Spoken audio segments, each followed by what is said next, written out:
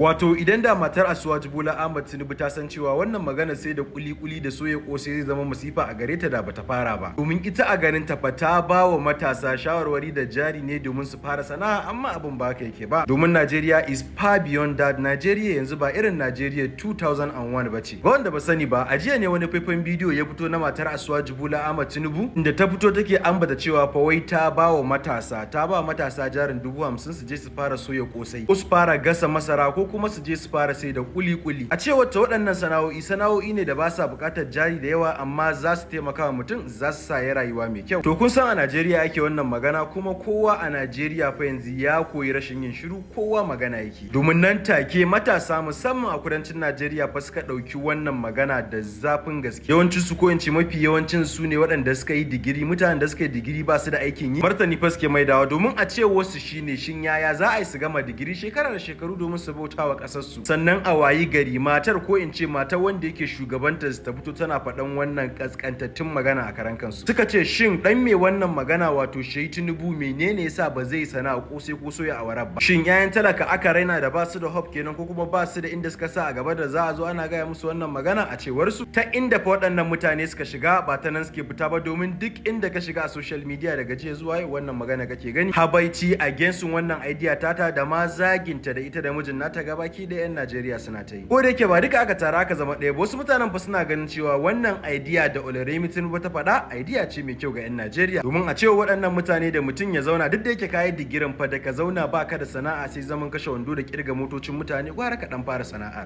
Kuli ko soya awara sana'a ce kaskantacciya a baki, amma fa a cikin ta suka ce akwai alheri kuma akwai rufin asiri. Kuma a cewa waɗannan mutane fa shugaban ƙasar Najeriya da matar shi ba su da alhakin sama wa 'yan Najeriya aiki mai tsada, su kuma irin nasu tunanin kenan. Wato halin da ake ciki a Najeriya fa, mutane a Najeriya ko in ce a kudancin Najeriya, domin har yanzu arewa fa sai a hankali, sun gaji kuma sun fara kin yin shiru. Wannan na ɗaya daga cikin dalilan da ya sa fa wannan zaɓe na 2027 zai zo da drama matuƙa. Mun jiya nan ma fa aka soke tikitin takarar Peter Obi da Kwankwaso, a halin yanzu ba ma lallai su tsaya takarar ba. Idan mun koma wancan batu, yana da kyau mu ji naku ra'ayin, shin me kuke gani? Kuna ganin sana'a kosai da soya awara za ta rike ɗan Najeriya, ko kuwa dai kuna ganin da sake ya kamata gwamnati ta creating job opportunity, ta ɗauki ma'aikata wanda suka yi karatu domin su yi mata bauta ta inganta su? Kowa ya rubuta mana ra'ayinsa a comment section. A halin yanzu gari ya ɗau zafi, Allah ya sa mu dace.